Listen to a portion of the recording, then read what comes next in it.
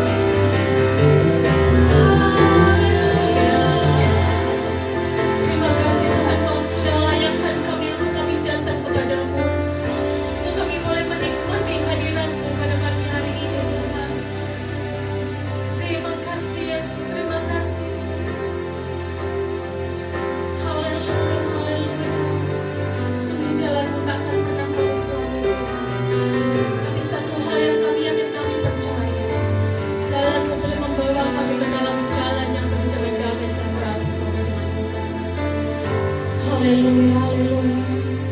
Terpujilah nama-Mu Tuhan.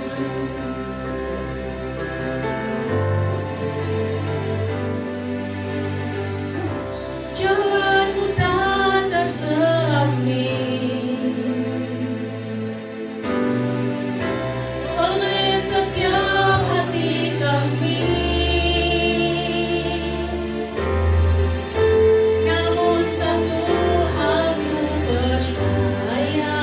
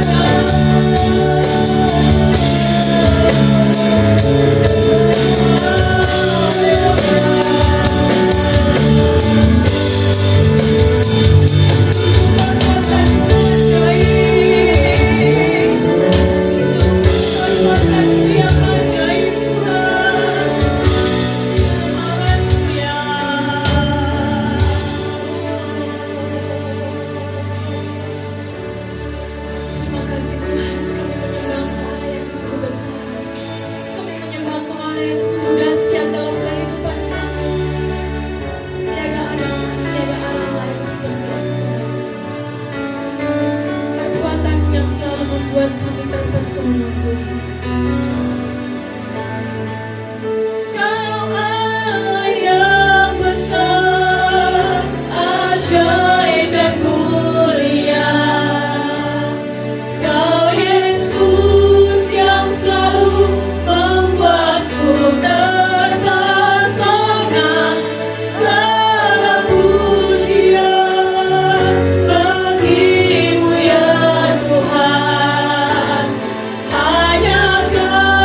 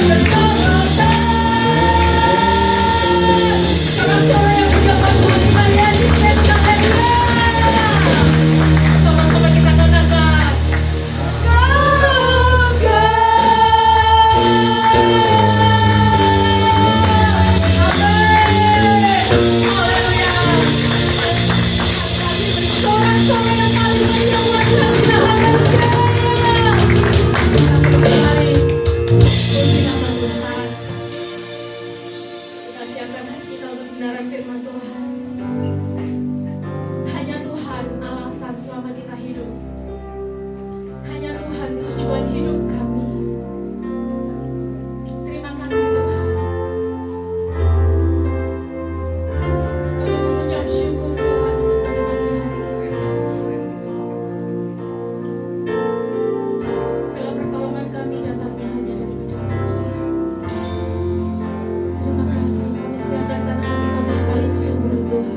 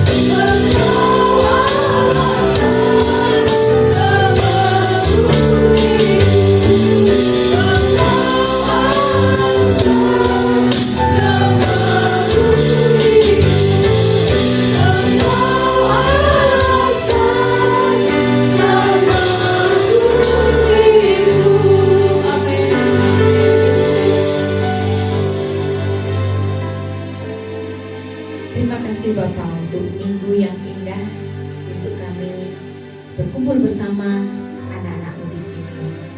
Sebentar Bapak, kami akan mendengarkan firman-Mu. Hamba-Mu mungkin salah bicara, tapi Roh Kudus-Mu sendiri Tuhan yang meluruskan dan mengajari kami semua di sini. Beshem ha'af ben veruah kodes ha'elohim echad, di dalam nama Bapa dan Putra dan Roh Kudus Allah yang Esa. Amin. Silakan duduk. Shalom.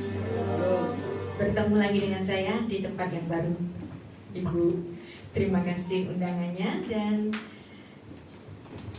sesuai dengan permintaan dari Bapak Gembala, kita akan mempelajari bersama-sama tentang Mazmur 23.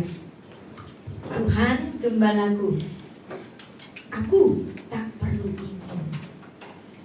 Anda pernah nggak ada di dalam satu titik hidup yang dimana Anda mengatakan, aku udah nggak perlu apa-apa lagi. Nah, tapi kadang-kadang sikap yang demikian tuh sepertinya apatis.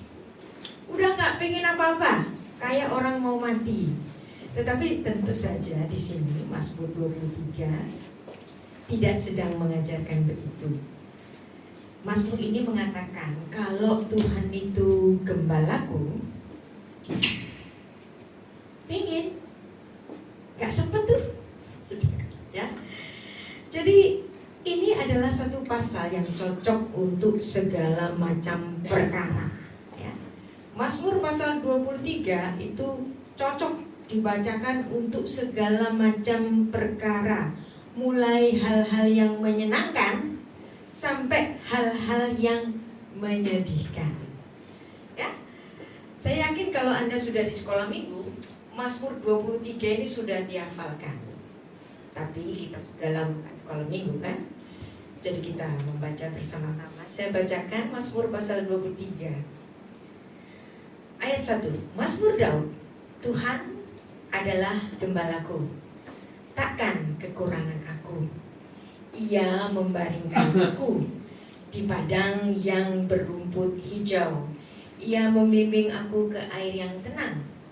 Ia menyegarkan jiwaku.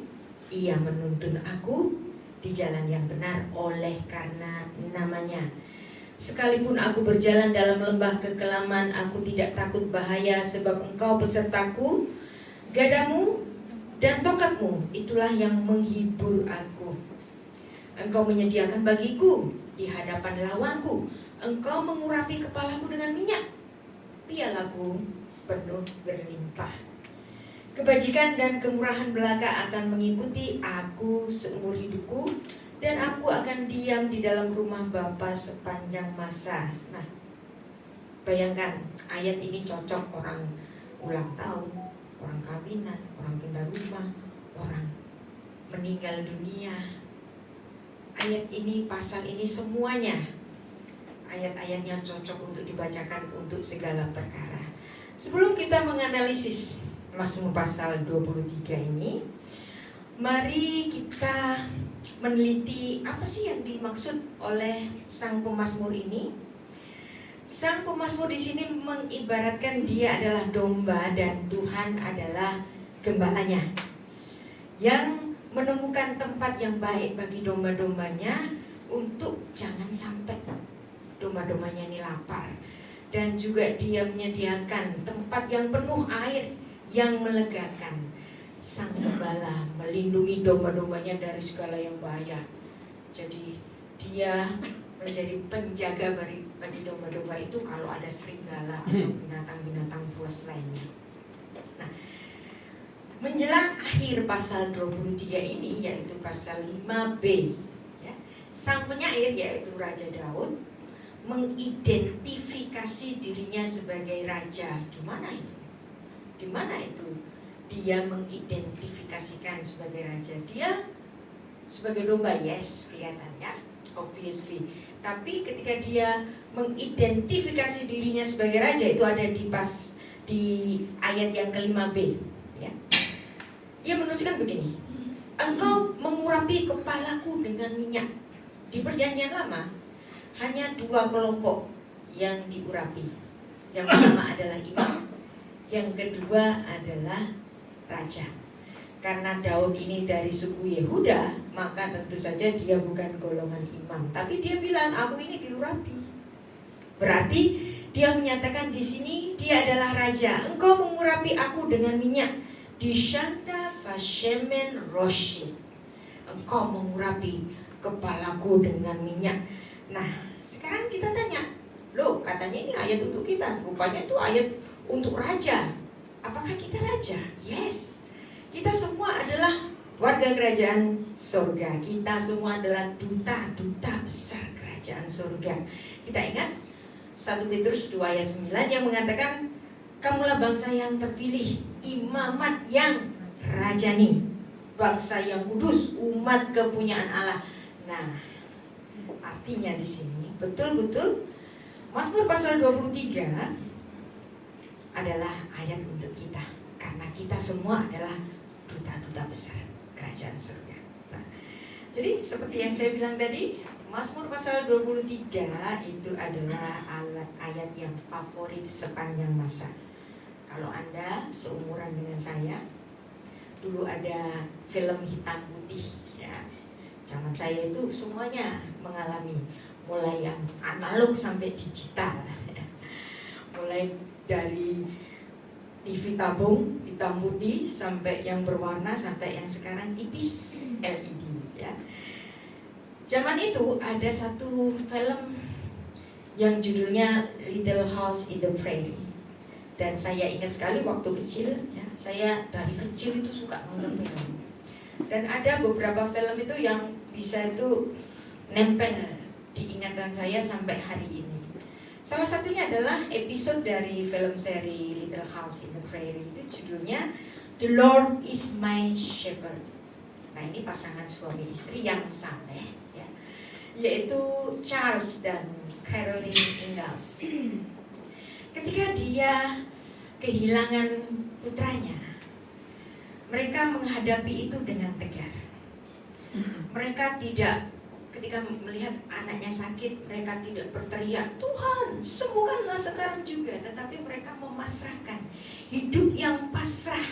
Sampai bahkan anaknya itu mereka mendapati sudah meninggal. Dan ketika anaknya itu meninggal, apa yang dibacakan oleh si bapak ini? Bapaknya ini membacakan Mazmur pasal 23, bahwa kalau Tuhan gembalaku, hidupku di bumi dan sampai matiku, nanti Tuhan tetap akan menjaga aku. Nah, tadi seperti judulnya, kalau Tuhan gembalaku, pengen gak sempat tuh ya.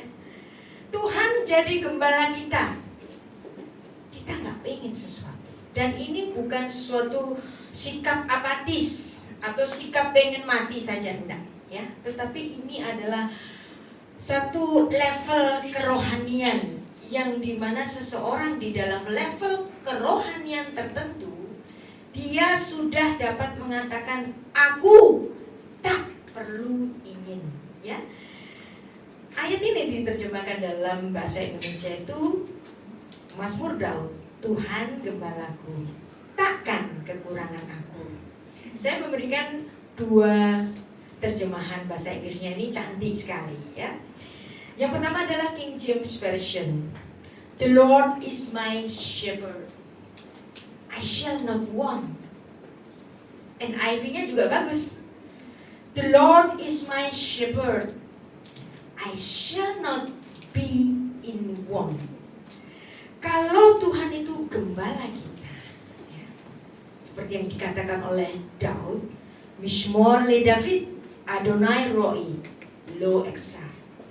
Kalau Tuhan gembalaku, pengen, gak sempat. Tuhan sudah tahu apa yang kita butuhkan ya. Kita punya daftar keinginan ya. Kita kalau gaji UMR ya, asalkan bulan ini gaji ini sudah memenuhi kehidupan makan kita, cukup. Aku bersyukur, orang bisa bersyukur dengan gaji UMR. Tapi setelah gajinya naik, 2 kali UMR ya. UMR-nya kita itu kan antara 4.300.000. Kalau gajinya misalnya udah naik 10 juta, apa yang dia akan belanjakan? Dia mempunyai demand yang lain ya. Lauknya beda, bajunya beda, jadi beli baju baru ya. Naik lagi karirnya, gajinya 20 atau 30 juta, kebutuhannya beda lagi. Nah, jadi kadang-kadang keinginan kita itu sebenarnya bukan kebutuhan kita. Makanya kadang-kadang kalau kita merasa Tuhan aku butuh ini, tapi Tuhan gak kasih, nah kita harus introspeksi diri ya. Kebutuhan kita yang sedang kita mintakan ke Tuhan itu keinginan atau kebutuhan. Nah jadi kita juga sering lagu, do I really need or do I just want it? Ya. Aku mungkin pengen saja, tapi aku sebenarnya nggak butuh. Makanya tadi Mazmur 23 ayat 1, kalau Tuhan adalah gembalaku, pengen, nggak sempet tuh ya. Jadi ini adalah suatu keadaan yang dimana kita itu betul-betul dijagai oleh Tuhan. Kebutuhan kita dipenuhi oleh Tuhan ya.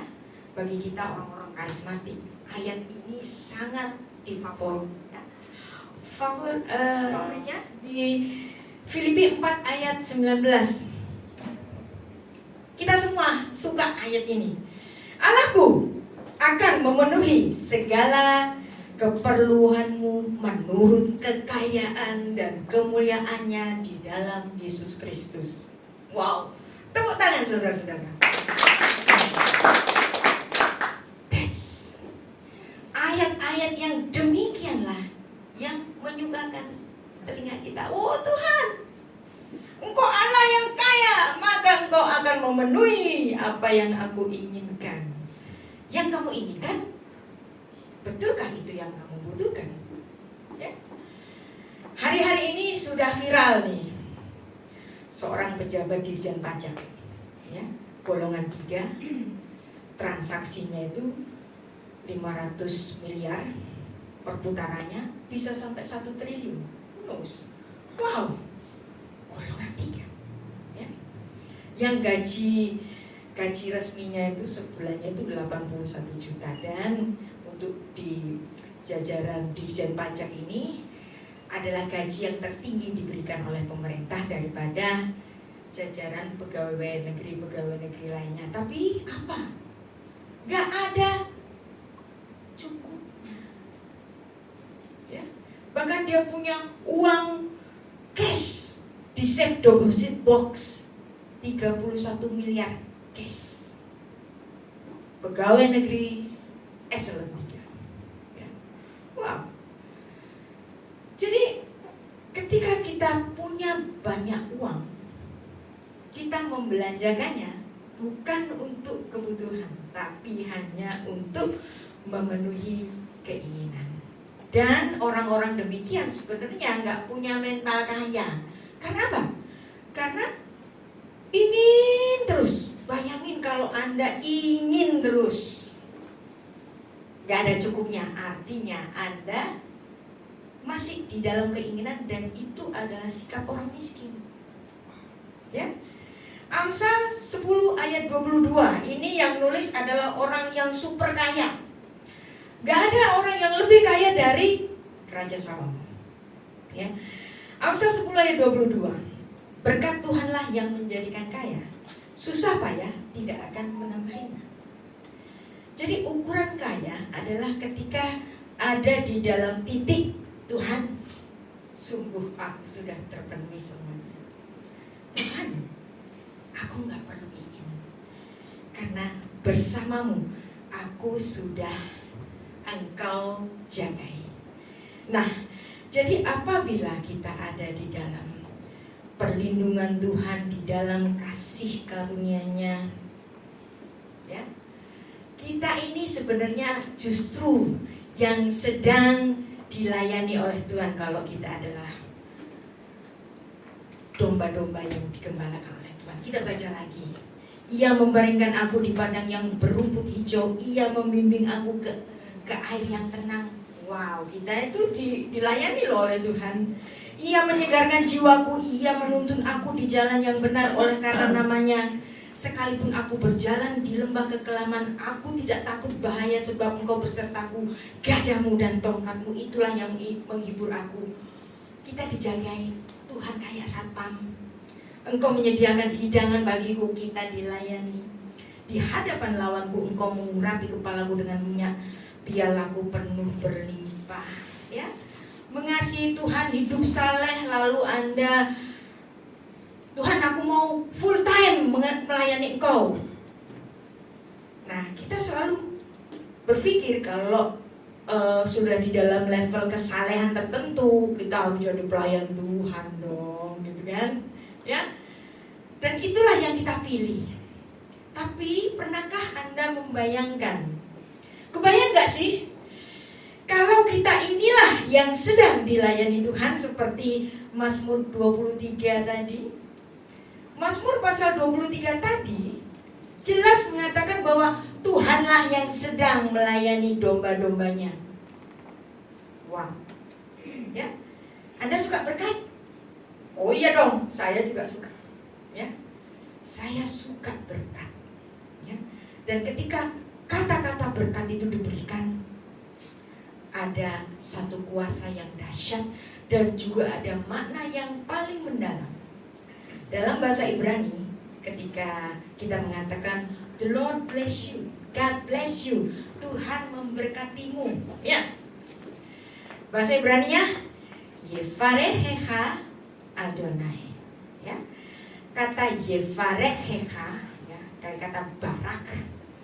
Nah, kata barak yang artinya memberkati. Pernahkah Anda membayangkan dari mana kata barak ini berasal? Kata barak ini berasal itu artinya dari lutut. Lutut itu bahasa Ibrani-nya berek. Jadi kalau kita mengatakan Yevarechecha Adonai, Tuhan memberkatimu. Kata berkat ini dari kata serapan bahasa Arab, dari kata bahasa Ibrani barak, ya. Barokah, barak, ya kan sama. Karena memang bahasa Arab dan bahasa Ibrani itu satu rumpun, sister language. Barokah, barak. Dan kata barak itu berasal dari kata lutut. Nah, kalau Anda melihat bagaimana malam sebelum Tuhan Yesus itu disalib, ujug-ujug, ya, Tuhan Yesus itu minta tempat, carikan aku tempat. Nanti kalau kamu ketemu orang yang sedang bawa kendi, nanti tempatnya itu bisa kita pakai untuk melakukan perjamuan terakhir. Tapi sebelum perjamuan terakhir itu ujug-ujug, gak ada angin timur, angin barat, ya, gak ada ABC. Yesus kemudian melepaskan jubahnya, mengikat pinggangnya, kemudian dia ngambil air, kemudian dia berlutut.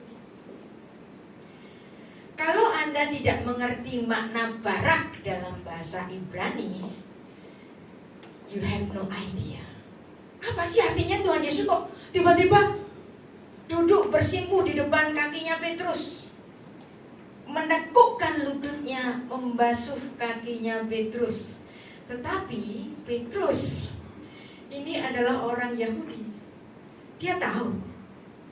Dia bahkan melihat satu visual yang langsung, yang gak usah pakai ditafsirkan.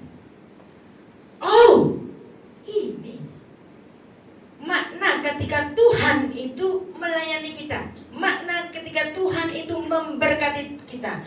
Tuhan berlutut di kaki kita, menekukkan kakinya, membasuh kaki kita. Itulah kenapa Petrus itu begitu terenyuh melihat gurunya, Allah yang inkarnasi, duduk bersimpuh membasuh kaki-kaki murid-muridnya. Dan Tuhan Yesus mengatakan, kalau aku yang adalah Tuhan dan gurumu membasuh kakimu, maka demikianlah engkau harus membasuh juga kaki-kaki dari saudara-saudaramu. Jadi kalau kita mengatakan aku melayani, Anda harus betul-betul menekukkan kaki Anda, ya. Sekarang udah beda, tapi pelayanan, apa pelayanan? Oh, ada levelnya, ya. Pelayanan apa? Oh, kamu cuma jadi usher, cuman bisa bilang welcome home biasa, ya. Terus kemudian pelayan yang bagaimana? Oh, lumayan nih, ya, jadi singer. Nah, terus yang dianggap level tertinggi itu apa? Yang membawakan firman, gitu kan. Tapi apa yang dimaksud dengan memberkati? Ketika kita memberkati, memberikan pelayanan firman, ketika lututmu itu tertekuk. Tapi apa yang terjadi sekarang? Gembala-gembala sidang semakin tinggi, bukannya menekukkan lututnya, tetapi semakin apa? Dongak. Bukan menekukkan lutut. Kalau berjalan di mana-mana, saya beberapa kali itu melihat hamba Tuhan besar di belakangnya ini ada orang pakai jas seperti jalannya seperti wakil rakyat gitu, punya staf khusus, staf sus gitu. Di belakangnya itu ngikutin, jadi kayak pejabat di depan gitu. Apakah ini adalah suatu pelayanan yang sedang menekukkan lutut? Ya, para pengkhotbah, dari pengkhotbah kecil ke pengkhotbah besar, kalau sudah naik down sedikit, ya, naik pesawatnya business class, cabinnya difoto, ditaruh di medsos. Oh, dia sudah naik down.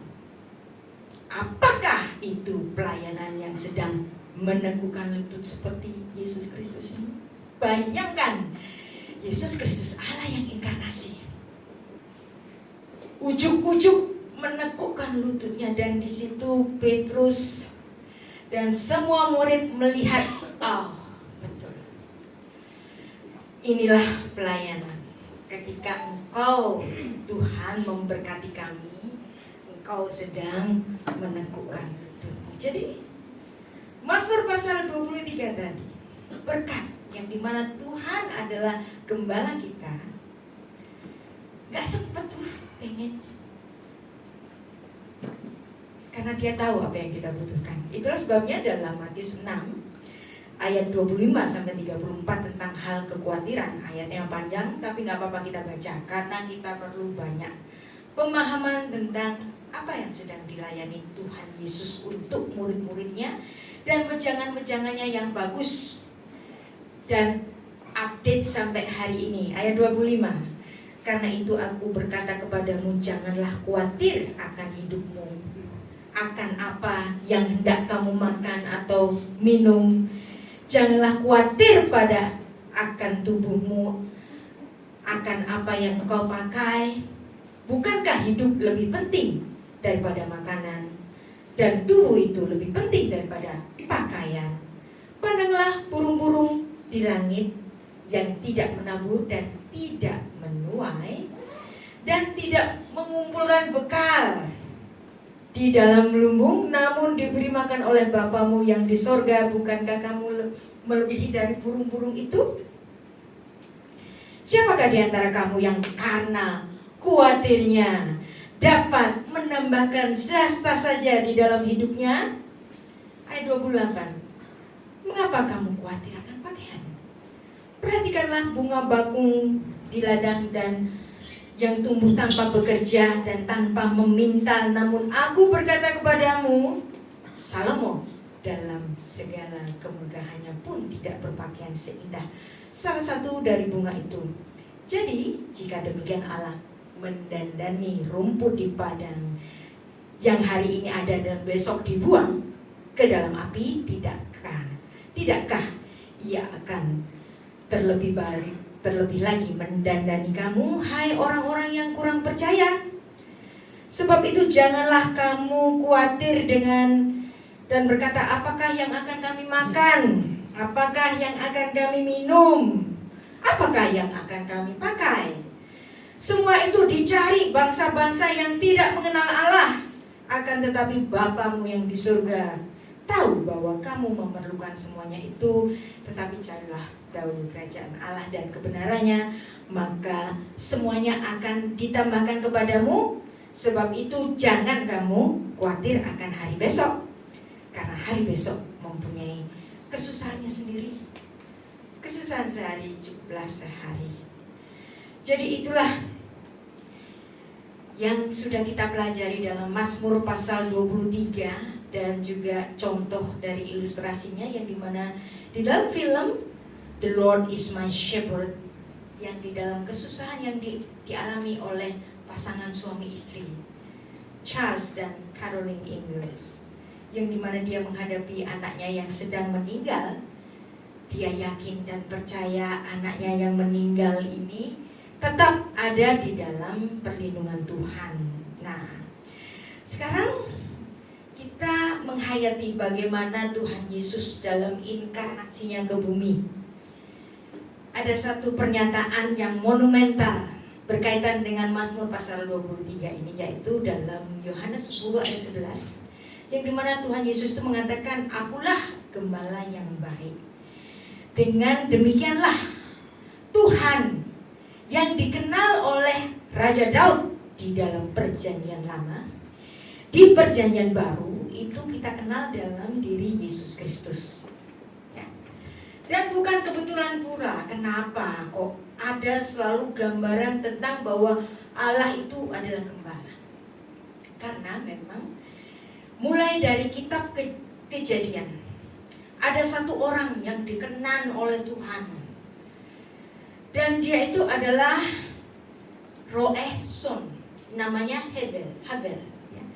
Jadi Habel ini adalah sang gembala kambing domba. Ini adalah orang pertama yang dikenan oleh Tuhan. Ya. Kejadian 4 ayat 1. Kemudian manusia itu bersetubuh dengan Hawa, istrinya, dan mengandunglah perempuan itu lalu melahirkan Kain.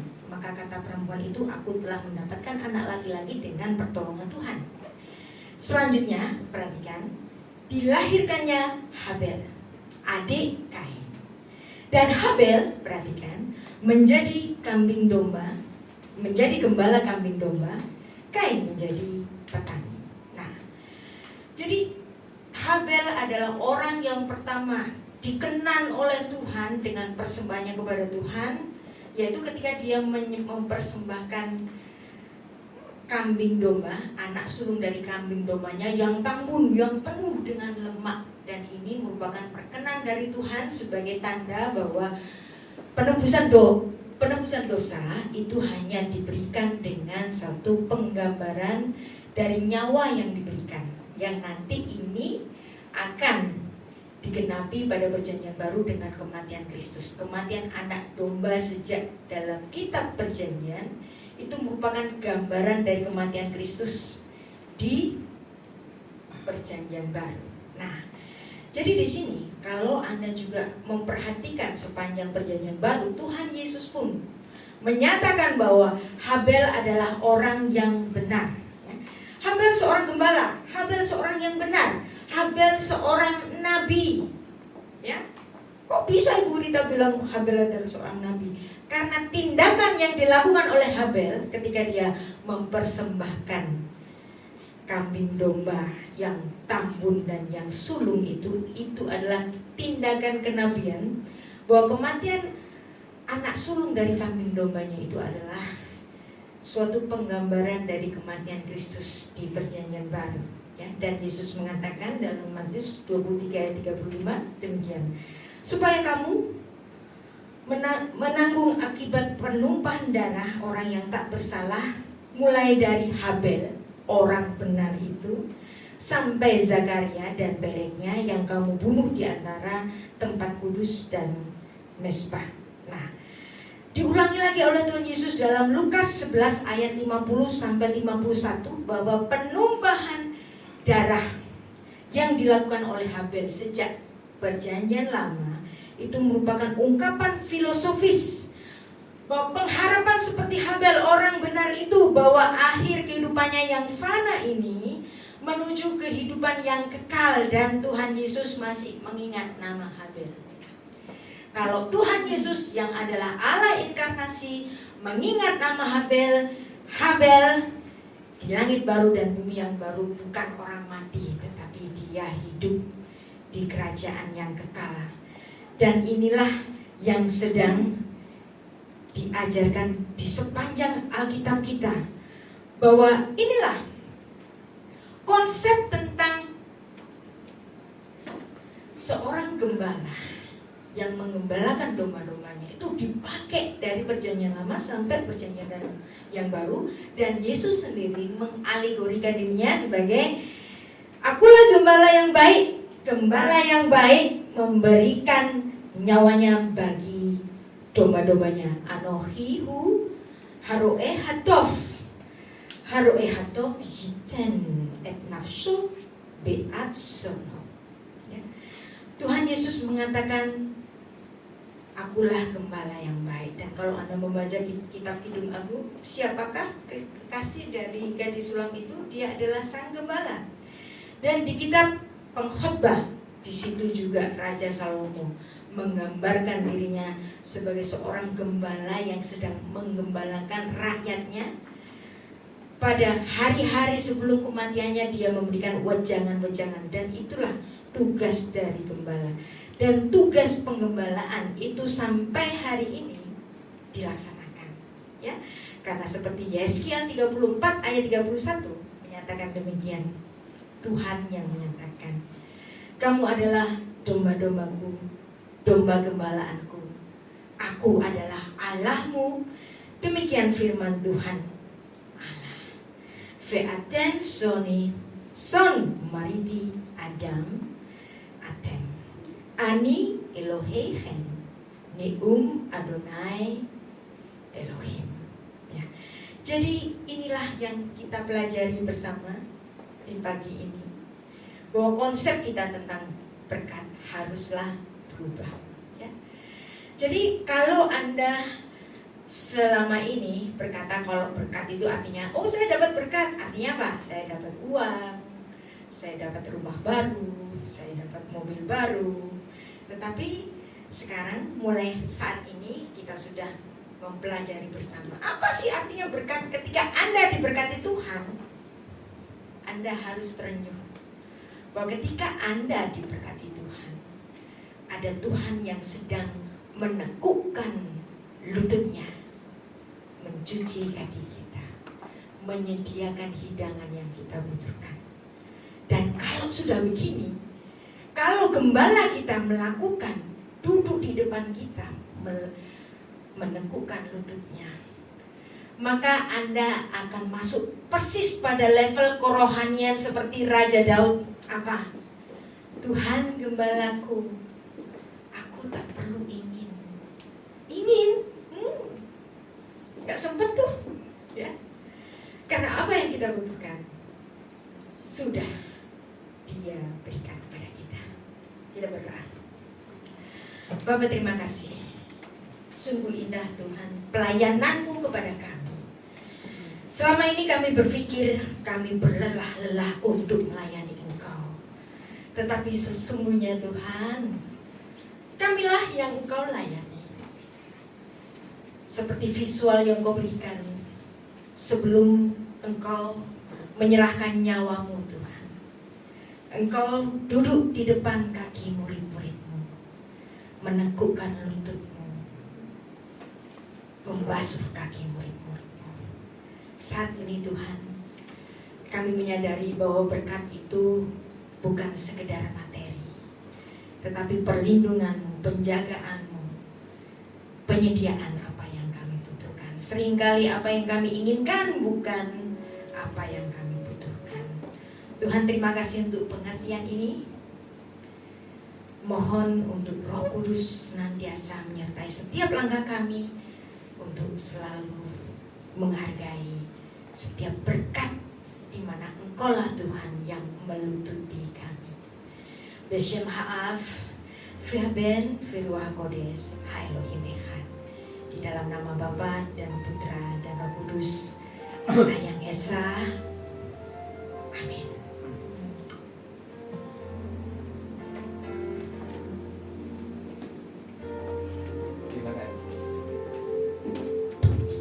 Terima kasih Bu Rita. Puji Tuhan Bapak Ibu Saudara, kalau pada ibadah kita pagi hari ini ada Ibu Rita Wahyu yang bisa melayani kita, mengajar kita akan kebenaran-kebenaran firman Tuhan. Sekali lagi terima kasih Bu Rita. Selamat datang. Ini teman semasa kuliah bersama dengan istri dan anaknya. Ibu, sehat ya Bu? Puji Tuhan.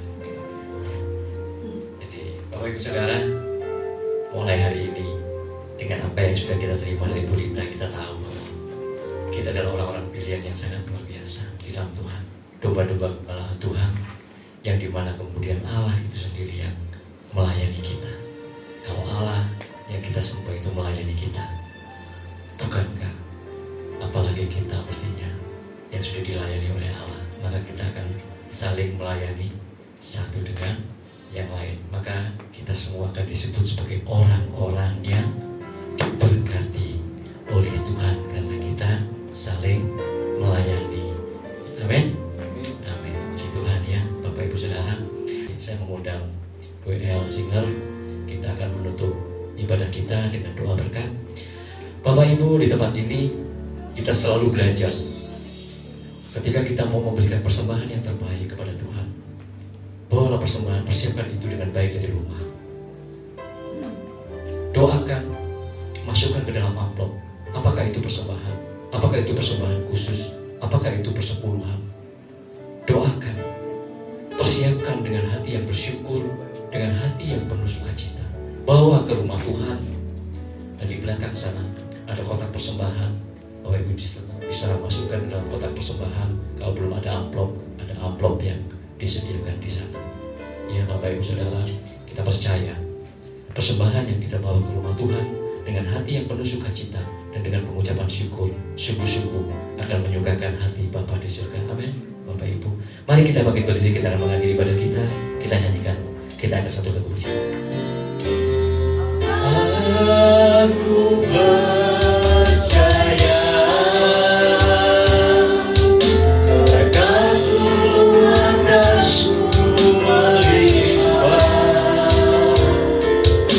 kebajikan kemurahan selalu mengikutiku. Ku puji, ku sembah.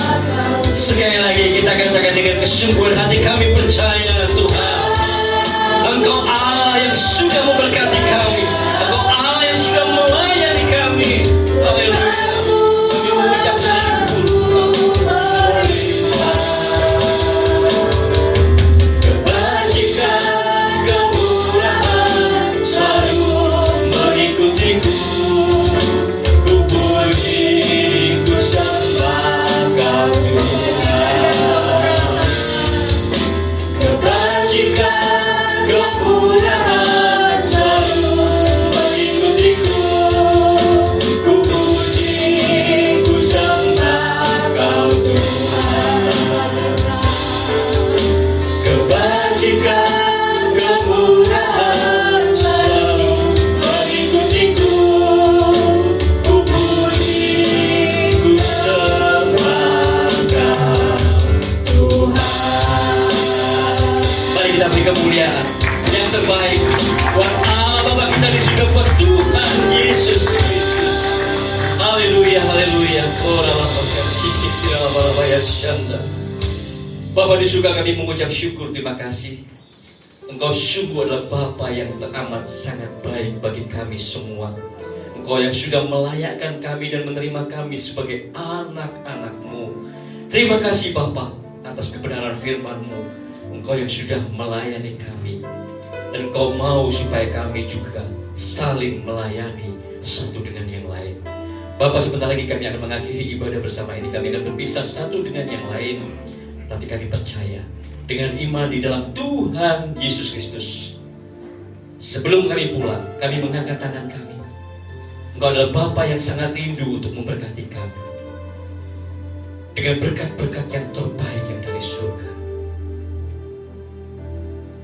Jemaat yang dikasihi Tuhan, terimalah segala berkat yang terbaik dari Bapa kita di surga yang akan turun melimpah atas keluarga kita, atas pekerjaan kita, atas pelayanan kita, dan apapun juga yang dikerjakan oleh tangan kita, senantiasa akan diberkati oleh Bapa di surga, oleh karena kita adalah anak-anaknya di dalam Yesus Kristus Tuhan.